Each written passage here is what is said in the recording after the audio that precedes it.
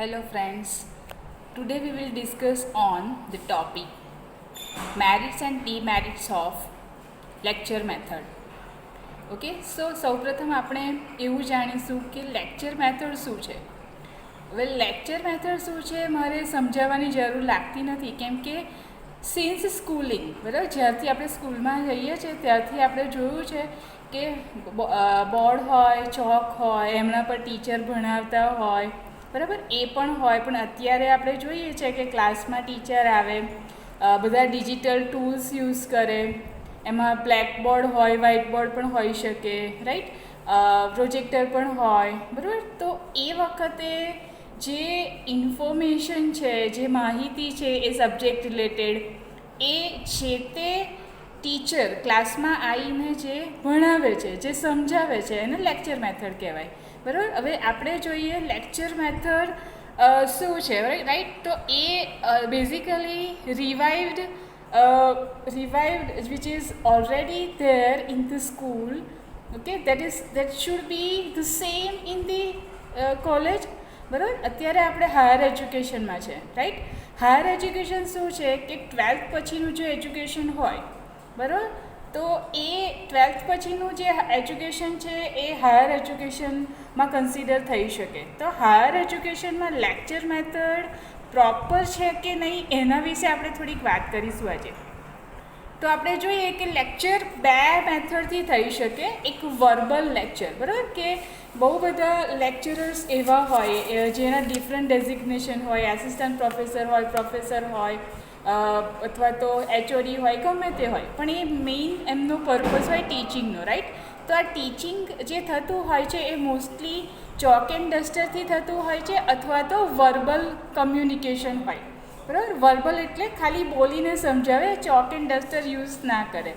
તો આજે આપણે જોઈએ કે લેક્ચર મેથડ જે છે એના લાભ અને ગેરલાભ શું છે બરાબર. તો પહેલાં આપણે લાભ જોઈએ તો જે ઇન્ફોર્મેશન સ્ટુડન્ટ્સને ખબર ના હોય બરાબર, એ ઇન્ફોર્મેશન તે લેક્ચરર એ ક્લાસરૂમમાં શેર કરે છે. એનાથી જે માહિતી ખબર નથી એ સ્ટુડન્ટ્સને ખબર પડે છે. Okay, so that is the revived which is already there somewhere. Okay, કોઈ પણ જગ્યાએ પડ્યું છે. તો આપણે લોના સેન્સમાં જોઈએ તો કાયદાની પ્રોવિઝન્સ, કાયદાની ડેફિનેશન્સ, કાયદામાં કોઈ પણ પ્રોવિઝન્સ હોય, કોઈ પ્રોબ્લેમનું સોલ્યુશન હોય, કોઈ પનિશમેન્ટ હોય બરાબર, જે ઓલરેડી મેન્શન કરેલું છે.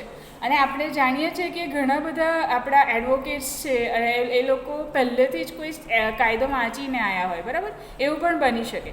સો that is what the information is share બરાબર. તો પહેલો ફાયદો શું છે કે જે કાયદો અથવા માહિતી આપણને ખબર નથી, કયો કાયદો કઈ જગ્યાએ લાગુ પાડવો જોઈએ, તો આ બધું લેક્ચર મેથડથી થઈ શકે બરાબર. એ શેરિંગ ઓફ ઇન્ફોર્મેશન છે. ઇન્ફોર્મેશનનું જે ટીચર જોડે માહિતી છે એ માહિતી એ સ્ટુડન્ટ્સને આપશે બરાબર. તો પહેલો પોઈન્ટ આપણે જોયો કે ઇન્ફોર્મેશન શેર થાય. બીજો પોઈન્ટ એવો છે કે આખા જે સ્ટુડન્ટ્સ જે ક્લાસ ભરેલો છે બરાબર, ક્લાસમાં હોય, એ સ્ટુડન્ટ્સના ઉપર ટીચરનો કંટ્રોલ હોય. એનો મતલબ શું થાય કે એ લોકોને જે માહિતી આપવા માગતા હોય એ આપી શકે રાઈટ. તો સ્ટુડન્ટ્સ આમ તેમ ના હોય બરાબર. તો એ આઈ કોન્ટેક્ટથી સ્ટુડન્ટ્સને જે ઇન્ફોર્મેશન જે શેરિંગ છે એ કરી શકે રાઈટ. તો during the lecture the teacher is sharing his or her energy as well as the information, right?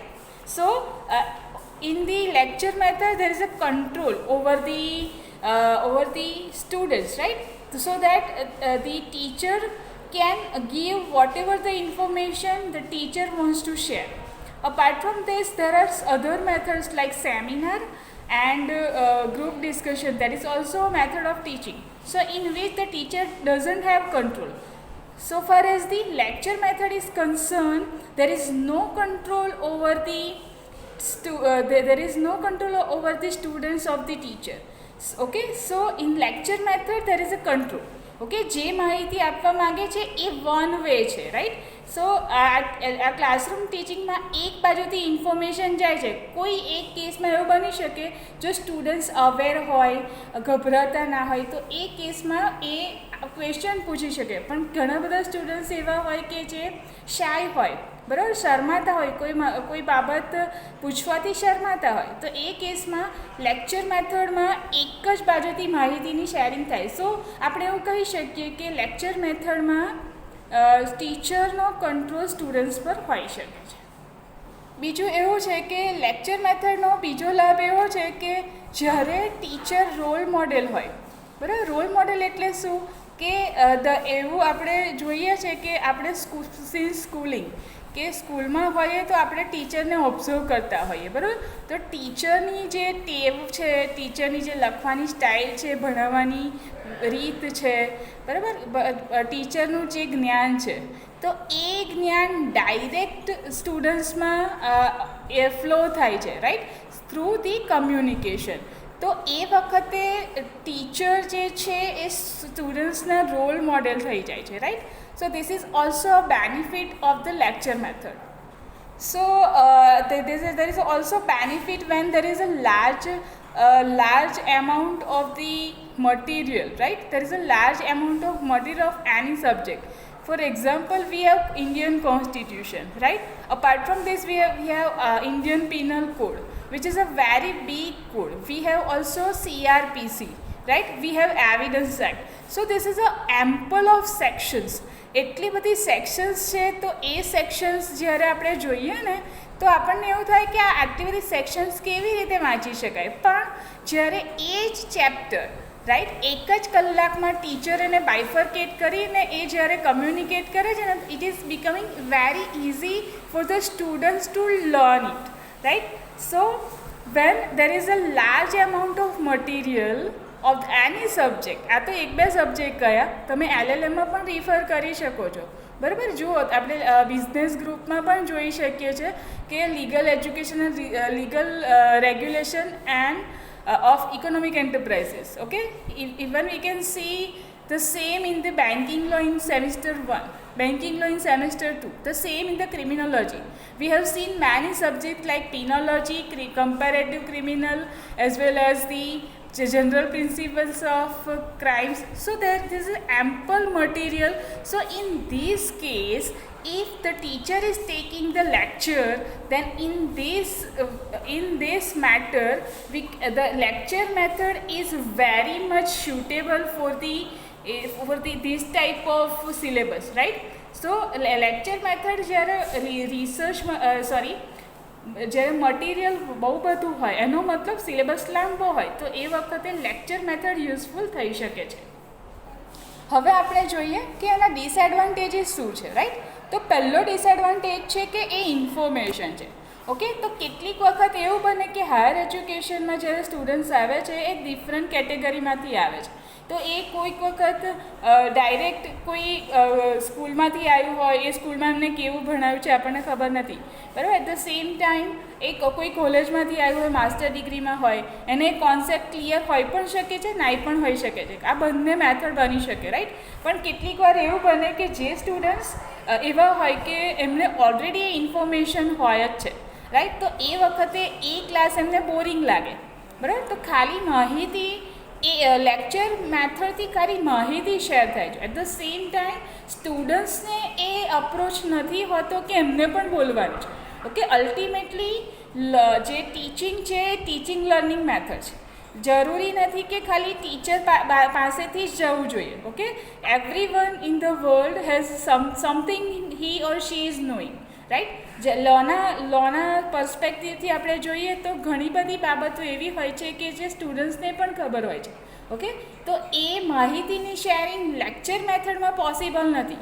હા, એ ગ્રુપ ડિસ્કશન, સેમિનાર મેથડ એ બધામાં પોસિબલ હોય છે, પણ લેક્ચર મેથડથી ફક્ત માહિતીની શેરિંગ થાય છે. સમટાઈમ્સ એ માહિતી સ્ટુડન્ટ્સને ખબર પડે છે કે નહીં એ પણ આપણને ખબર નથી, ઓકે. તો એ વખતે માહિતીનું આપલે પોસિબલ નથી, કેમ કે આ વન વે હોય છે. કેટલીક વખત બીજું જે ડિસએડવાન્ટેજ છે એ અટેન્શન છે. કેટલીક વખત એવું બની શકે કે જ્યારે લેક્ચર ચાલતો હોય ત્યારે સ્ટુડન્ટ્સનું ધ્યાન ના હોય, બરાબર, અને માહિતીનો ફ્લો થતો હોય અને એ સ્ટુડન્ટ્સના માઇન્ડમાં હેમરિંગ થતું હોય એવું પણ લાગી શકે.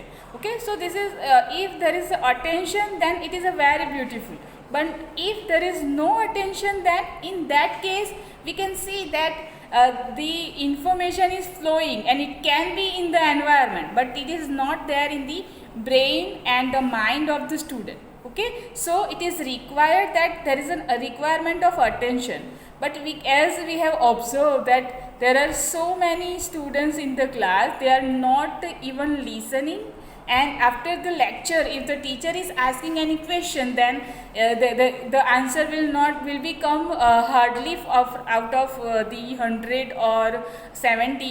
Okay, you can see that 1 or 2 is answering, so that as a result of it, in the absence of the attention, 1 or 2 students has got the sessions, the whole 1 hour has been lapsed. Okay, આખો 1 કલાકે missed છે એવું consider કરી શકાય છે. આપણે અગાઉના પોઈન્ટમાં જોયું કે ઇન્ફોર્મેશન છે. ઓકે, લેક્ચર મેથડ એ ઇન્ફોર્મેશન છે. તો sometimes it may be that the information may be forgotten, right? The students may forget the information because in the first lecture some information has come, second lecture some information has come. Okay, so this way after attending 4 lecture the student is going somewhere else. Okay, some other information has come, so the whole day the student is collecting the information. આખા દિવસમાં એને ઢગલો information મળે છે, right? તો ખાલી information છે ને એ માણસ ભૂલી જઈ શકે, પણ જો આ ઇન્ફોર્મેશનનું કનેક્શન કોઈ જગ્યાએ કર્યું હોય તો એ સ્ટુડન્ટ્સને તરત માઇન્ડમાં લાઇટ થાય કે યસ આ ઇન્ફોર્મેશન અહીંયા યુઝ થઈ શકે. So at that time sometimes it may be that during the lecture એવું બને કે આ લેક્ચર દરમિયાન કોઈક વખત એક્ઝામ્પલ સાથે સમજાયું હોય તો એ એક્ઝામ્પલમાં કઈ સેક્શન રિલેટ કરી, કોઈ કેસનો સ્ટડી કર્યો હોય, એમાં સ્ટુડન્ટ પાર્ટિસિપેશન કર્યું હોય, કોઈ ક્વેશ્ચન રેઇઝ થયો હોય, તો આ બધું હોય ને તો એ પોસિબલ થાય કે કોઈ સ્ટુડન્ટને યાદ રહે. પણ ખાલી માહિતી હોય તો માહિતી તો વિદ્યાર્થી ભૂલી જઈ શકે છે. Sometimes the students may be lazy in the class. Okay, students ક્લાસમાં આળસ થઈ જાય છે, રાઈટ? કેમ કે એવું ક્લાસના ટીચરને એવી ખબર ના હોય કે એણે શું એનું બેકગ્રાઉન્ડ શું છે, બરાબર, એણે રાત્રે ઊંઘ લીધી છે કે નહીં, right? So it may be and sometimes information boring હોય કેમ કે એને જે પાર્ટ જોઈએ છે એ પાર્ટ તો ટીચર આપી જ નહીં રહ્યો, રાઈટ? તો એ વખતે સ્ટુડન્ટ્સ જ્યારે માહિતીનો ફ્લો કરે છે તો એ વખતે એને લેઝીનેસ ફીલ થાય છે કેમ કે એને સમજ નહીં પડી રહી, એનું પાર્ટિસિપેશન નથી, રાઈટ? સો એ બહુ ઇમ્પોર્ટન્ટ છે કે સ્ટુડન્ટ્સ ક્લાસમાં એક્ટિવ રહે, રાઈટ?